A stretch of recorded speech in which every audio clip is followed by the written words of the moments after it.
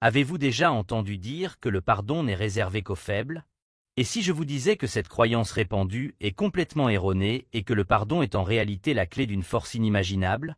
Aujourd'hui, nous allons dévoiler l'un des mystères les plus controversés, ce que Jésus a vraiment écrit sur le sol et comment cet acte simple peut complètement transformer votre vie. Restez avec moi et découvrez comment vous pouvez libérer le pouvoir de la vraie justice et de la compassion dans votre vie quotidienne. Ne manquez pas cette révélation. Qu'a écrit Jésus sur le sol lorsque les pharisiens et les scribes, des leaders religieux, lui ont amené une femme prise en flagrant délit d'adultère devant la foule? Cela s'est produit pendant la fête des tabernacles. Ils ont interrogé Jésus pour savoir si, selon la loi, elle devait être lapidée. Maître, cette femme a été surprise en train de commettre l'adultère. Dans la loi, Moïse nous a ordonné de lapider de telles femmes. Que dis-tu? Ont-ils demandé, comme le décrit Jean 8, verset 5. La question s'alignait avec la loi de Moïse, mais si Jésus acceptait, il semblait défier la loi romaine, qui interdisait aux Juifs d'exécuter quelqu'un. S'il la rejetait, il semblait s'opposer aux lois de Moïse, facilitant ainsi des accusations contre lui. C'était un piège clair. Imaginez-vous à la place de Jésus, face à une question qui n'admet pas de réponse par oui ou non. Selon vous, quelle aurait été la meilleure manière de gérer cette situation? Les pharisiens tentaient de le piéger pour l'accuser, mais Jésus se pencha et écrivit sur le sol, comme s'il ne les avait pas entendus, Jean 8h6. Conscient des intentions cachées des pharisiens, Jésus choisit une action qui pourrait sembler étrange aux yeux contemporains. Son geste d'écrire sur le sol soulignait non seulement sa suprématie sur la loi, mais aussi l'importance du pardon et du repentir. Dans ce passage, Jésus expose l'interprétation rigide des pharisiens concernant la loi de Moïse, montrant qu'elle manquait de miséricorde et de compréhension, révélant ainsi leurs défauts et leurs limites. Par cet épisode, il aborde des thèmes profonds comme le péché, le jugement et le pardon. Lorsque les accusateurs le défièrent, Jésus répondit avec une leçon inoubliable, « Que celui d'entre vous qui est sans péché soit le premier à lui jeter une pierre » Jean 8h7. En entendant ces paroles, les accusateurs se dispersèrent peu, à commencer par les plus âgés, jusqu'à ce que seul Jésus et la femme soient restés, seuls au milieu de la foule. La position de Jésus nous invite à réfléchir sur les leaders religieux de l'époque, les pharisiens et les scribes, qui, bien qu'ils soient connus pour leur stricte observance de la loi de Moïse et des normes de pureté et de rituels, montraient un manque dans l'essence même de la loi, la compassion. Malgré leur dévouement et leur connaissance, on s'attendait à ce que les pharisiens restent pour prouver que Jésus avait tort. Cela nous amène à nous demander ce que Jésus a écrit sur le sol qui les a rendus coupables et les a poussés à partir. Jésus se leva alors et demanda à la femme, « Femme, où sont-ils? Personne ne t'a condamné. » Elle répondit, « Personne, Seigneur. » Alors Jésus dit, « Je ne te condamne pas non plus. Va et ne pêche plus. » Jean 8h1. Tandis que les pharisiens utilisaient la loi pour accuser, Jésus offrait le pardon et exhortait la femme à changer de voie. En écrivant sur le sol, Jésus montrait non seulement son autorité sur la loi, mais aussi l'importance du pardon et du besoin de repentir. Il révéla que l'interprétation rigide des pharisiens manquait de miséricorde et de compréhension, exposant ainsi ses limites et ses défauts. Dans cette histoire, Jésus aborde des thèmes profonds comme le péché, le jugement et le pardon. Sa réponse aux accusateurs souligne l'idée que personne n'est exempt de péché et que nul n'a le droit de condamner autrui. Ses paroles à la femme démontrent non seulement la miséricorde et le pardon, mais aussi une incitation à changer de vie. Vous êtes-vous déjà demandé ce que Jésus a écrit sur le sol ou pourquoi il a pris le risque de se pencher pour écrire quelque chose, sachant très bien que les pharisiens et les scribes conspiraient contre sa vie? Et si je vous disais que ce que Jésus a écrit sur le sol était probablement lié à l'Ancien Testament? En écrivant sur le sol, Jésus cherchait à transmettre un enseignement enraciné dans les Écritures hébraïques. Durant son ministère, Jésus manifesta à de nombreuses reprises sa nature divine, défiant souvent les croyances et les attentes des pharisiens et des scribes. Bien qu'il ne se soit pas explicitement déclaré comme Dieu directement, ses actions, ses enseignements et la manière dont il accomplit les prophéties étaient en harmonie avec les attributs divins. Il a accompli d'innombrables miracles qui ont démontré le pouvoir de Dieu et fait preuve d'une autorité unique dans ses enseignements, à la différence des scribes qui s'appuyaient souvent sur des citations d'autres rabbins ou sources. La capacité de pardonner les péchés, que Jésus exprimait fréquemment, est un autre aspect crucial de son ministère. Selon la tradition juive, Seul Dieu pouvait pardonner les péchés. Ainsi, chaque fois que Jésus pardonnait, il non seulement manifestait sa miséricorde, mais revendiquait également une autorité divine directe, ce que les pharisiens considéraient comme un blasphème. Les leaders religieux ne parvinrent pas à percevoir cela en raison de leur autosuffisance et de leur attachement aux lois. En reliant l'acte d'écrire de Jésus aux événements de l'Ancien Testament, nous observons des parallèles avec la loi de Moïse. Par exemple, lorsque les Israélites, impatients du retard de Moïse, adorèrent le veau d'or, Moïse se mit en colère et brisa les tablettes contenant la loi de Dieu, écrite du doigt de Dieu. Plus tard, Moïse intercéda pour le peuple, et Dieu accepta de renouveler l'alliance, donnant un second jeu des 10 commandements.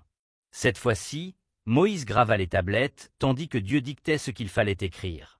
Dans le cas de Jésus, en écrivant sur le sol dans Jean chapitre 8, il traitait des limites dans l'application des lois, un thème récurrent dans ses enseignements. Jésus ne rejetait pas la loi, mais avez-vous déjà entendu dire que le simple fait de suivre la lettre de la loi ne suffit pas à plaire à Dieu ou à mener une vie juste? Ainsi, l'hypothèse se pose que Jésus écrivait peut-être les péchés de ses accusateurs, comme le spéculent certains, pour illustrer l'importance de son geste d'écrire sur le sol. Réfléchissons à ce que dit le livre de Jérémie. Ô Seigneur, l'espoir d'Israël, tous ceux qui t'abandonnent seront couverts de honte, ceux qui se détournent de toi seront inscrits sur la terre, car ils ont abandonné le Seigneur, la source d'eau vive. Jérémie 17h13. Ce chapitre est un mélange de prophétie, d'avertissement et de réflexion du prophète Jérémie. Ici, Juda avait gravement péché contre Dieu, et ces péchés étaient si graves que, selon la description biblique, ils devraient être gravés avec un outil de fer ou avec une pointe de diamant profondément inscrit dans leur cœur. Cela indique que le péché n'était pas seulement superficiel, mais profondément enraciné dans leur cœur et dans la société. Ils retombaient sans cesse dans le péché parce qu'ils se fiaient à leur propre force plutôt que de compter sur Dieu. Ce récit se relie au message de Jésus. En écrivant sur le sol, le prophète Jérémie continue de décrire une malédiction pour ceux qui se fient à l'homme et se détournent de Dieu, les comparant à des plantes dans le désert qui luttent pour survivre. En revanche, ceux qui font confiance à Dieu sont bénis comme un arbre planté près des eaux, qui reste en vie même en période difficile. L'aspect le plus crucial de ce chapitre est lorsque Jérémie réfléchit à la nature du cœur humain, le décrivant comme trompeur et extrêmement corrompu. Il souligne que Dieu, le connaisseur des cœurs, est le juge suprême des actions et des intentions humaines. De la même manière, Jésus, conscient des intentions des accusateurs, les pharisiens et les scribes, après avoir écrit sur le sol, les a défiés avec ces mots, « Que celui d'entre vous qui est sans péché soit le premier à lui jeter une pierre. » À ce moment-là, ils se retrouvèrent incapables de soutenir leur croyance. Cela nous amène à nous demander si ce que Jésus a écrit sur le sol pouvait être une révélation des pensées cachées dans leur cœur ou peut-être même leur nom. Nous arrivons à la partie la plus révélatrice du livre de Jérémie, liée à la raison pour laquelle Jésus a écrit sur le sol. Selon Jérémie 17h13, Dieu est reconnu comme la source suprême d'espoir et de stabilité pour Israël, pour son peuple. Cela suggère que la véritable sécurité et l'espoir ne se trouvent qu'en Dieu. Mais le verset avertit également que ceux qui abandonnent ou se détournent de Dieu feront face à des conséquences sévères et à la honte. Ils ressentiraient non seulement la honte, mais aussi un profond sentiment de perte et d'échec pour s'être détournés de la véritable source de vie et de bien-être. C'est exactement ce que ressentirent les scribes et les pharisiens après que Jésus les eut mis au défi que ceux qui étaient sans péché jettent la première pierre. L'aspect le plus révélateur de ce verset est la phrase indiquant que leur nom serait écrit dans la poussière, un symbole de ceux qui rejettent Dieu. Cela suggère que Jésus a peut-être écrit les noms des accusateurs sur le sol, les marquant comme ceux qui l'ont rejeté en tant que Messie. Dans les temps anciens, écrire quelque chose dans la poussière ou le sable signifiait que ce n'était pas permanent. Cela pouvait facilement être effacé ou disparaître, contrairement à quelque chose écrit dans un endroit plus durable comme un livre ou des tablettes de pierre. L'implication ici est claire. Ceux qui rejettent Dieu ne perdureront pas et n'auront pas d'avenir stable. Enfin, Jérémie fait référence à Dieu comme étant la source de l'eau vive, une métaphore puissante suggérant que Dieu est la source de la vie, tout comme l'eau est essentielle à la vie physique. Dieu est un élément crucial pour notre bien-être spirituel. Avant l'incident concernant la femme prise en flagrant délit d'adultère, Jésus avait profité de l'occasion d'enseignement dans le temple pendant les derniers jours de la fête des tabernacles pour transmettre un message profond et difficile. Il s'était proclamé l'eau vive. Cette affirmation était difficile à accepter pour beaucoup de ceux qui étaient présents, en particulier pour les scribes et les pharisiens dévoués à la loi, qu'il avait déjà rejetés. Au cœur du temple, Jésus a repris la discussion sur la loi de Moïse, mais avec une approche qui exposait la contradiction dans les attitudes des chefs religieux. « Pourquoi cherchez-vous à me tuer ?» interrogea-t-il, mettant en évidence l'hypocrisie de ses accusateurs. Il continua à les défier encore plus loin. « Si vous permettez la circoncision le jour du sabbat afin de ne pas enfreindre la loi de Moïse, pourquoi êtes-vous en colère contre moi pour avoir complètement guéri un homme le jour du sabbat ?» Cette interrogation soulignait non seulement l'incohérence de leurs croyances, mais renforçait également l'autorité et le pouvoir de Jésus à interpréter la loi d'une manière plus profonde et plus compatissante. Cet enseignement dans le temple, quelques instants avant d'être interrompu par la situation avec la femme, soulignait le caractère essentiel de Jésus en tant que source de renouveau et de vie, remettant en question les interprétations légales rigides et invitant chacun à une compréhension plus élevée de la loi et de la grâce divine. Dans Jean 7h23, de nombreux débats surgissent à propos de ce que Jésus a exactement écrit sur le sol. Certains suggèrent qu'il a peut-être énuméré les péchés des chefs juifs présents sur la scène. Une autre théorie est que, la femme ayant été surprise en flagrant délit d'adultère, elle était peut-être sans vêtements, et Jésus se serait penché pour éviter de la regarder directement, préservant ainsi sa dignité. Cependant, ces interprétations ne sont pas concluantes.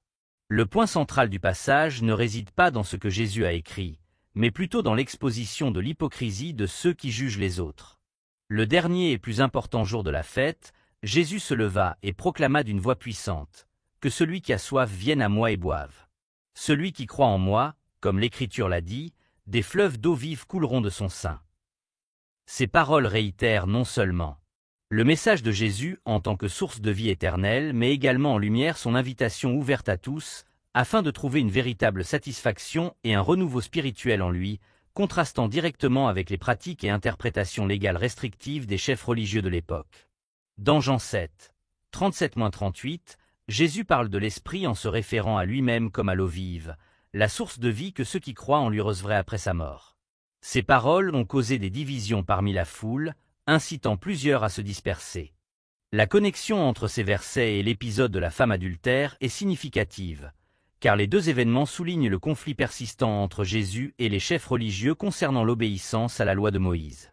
En amenant la femme devant lui, les chefs religieux cherchaient à tester Jésus, voulant voir comment il réagirait. Pour Jésus, c'était une autre occasion de révéler leur hypocrisie et leurs limites dans leur tentative de suivre la loi, mais sans réellement la respecter. Selon Lévitique 20h10, l'homme et la femme impliqués dans l'adultère devaient être mis à mort. Cependant, les pharisiens, dans leur rigidité à suivre la loi de Moïse, ont seulement amené la femme devant Jésus et la foule, ignorant l'homme impliqué, révélant ainsi leur hypocrisie et leurs défauts. Le scénario s'est déroulé pendant la fête des Tabernacles, une célébration tenue à Jérusalem. C'est dans ce contexte, dans le temple, que Jésus a écrit sur le sol. Les chefs juifs cherchaient constamment des moyens de tuer Jésus, ne croyant pas en lui comme fils de Dieu.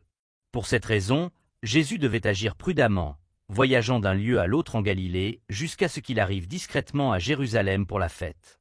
Pendant la fête des Tabernacles, parmi les diverses cérémonies tenues dans le temple de Jérusalem, il y avait la cérémonie de l'eau, une pratique symbolisant la prière pour la pluie, essentielle pour l'agriculture.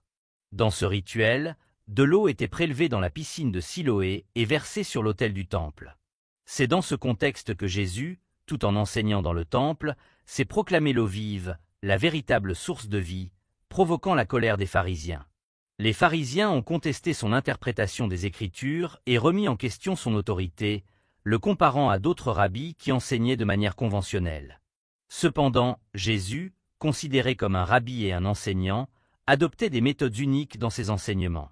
Écrire sur le sol, par exemple, n'était pas nouveau pour lui, étant une manière efficace de communiquer un message pertinent et compréhensible, en particulier aux chefs religieux. Les rabbis instruisaient traditionnellement en se référant aux Écritures hébraïques, l'Ancien Testament, et en les interprétant de manière applicable à la vie contemporaine. De même, Jésus utilisait les Écritures dans ses enseignements, comme dans le Sermon sur la montagne où il se référait souvent aux lois de l'Ancien Testament et offrait son interprétation, comme en témoigne Matthieu 5h21 et 22. Jésus utilisait fréquemment des paraboles, qui sont de courtes histoires visant à transmettre des leçons morales et spirituelles. Il employait aussi la méthode de la question-réponse, répondant souvent par une autre question pour stimuler une réflexion plus profonde. Ces techniques étaient courantes parmi les rabbis, qui utilisaient parfois des objets physiques ou des actions comme support pédagogique. Comparé à l'action de Jésus d'écrire sur le sol, nous pouvons comprendre que cela aussi était une forme d'enseignement. Il se reposait sur la loi de Moïse, que les pharisiens prétendaient suivre rigoureusement. Un autre aspect significatif de Jésus écrivant sur le sol était son silence initial, lorsque les chefs religieux l'interrogeaient sur la punition appropriée pour la femme adultère. Ce silence était une méthode d'enseignement efficace, suivie d'un geste symbolique qui mettait en lumière son message. L'action de Jésus a non seulement créé une pause dramatique, mais a aussi intensifié la tension, attirant encore plus l'attention sur le message qu'il s'apprêtait à livrer. Cet effet dramatique a amplifié l'impact de ses paroles ultérieures. Il est important de noter que les rabbis enseignaient souvent en se référant à l'autorité des Écritures, en particulier les lois de Moïse, comme le faisaient les chefs religieux de l'époque. Cette technique d'enseignement de Jésus a mis en évidence non seulement sa capacité unique en tant qu'enseignant, mais a également défié les interprétations et pratiques traditionnelles des chefs religieux, en promouvant une réflexion plus profonde sur la loi et son véritable objectif. Cependant, Jésus enseignait en se référant à sa propre autorité, commençant souvent ses déclarations par « Mais moi, je vous dis », ce qui démontrait une autorité directe et personnelle, souvent distincte de ce à quoi ses auditeurs étaient habitués.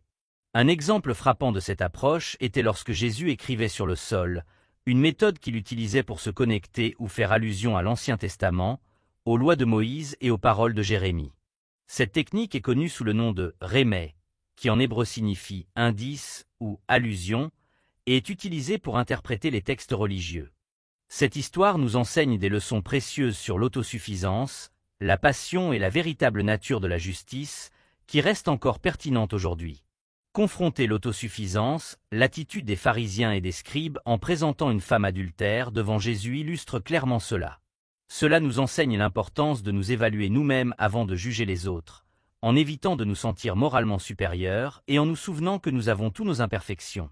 Le problème de la justice sélective et de l'hypocrisie est également souligné, car les accusateurs se sont concentrés uniquement sur le péché de la femme, tout en ignorant commodément que l'homme impliqué dans l'adultère n'avait pas été jugé.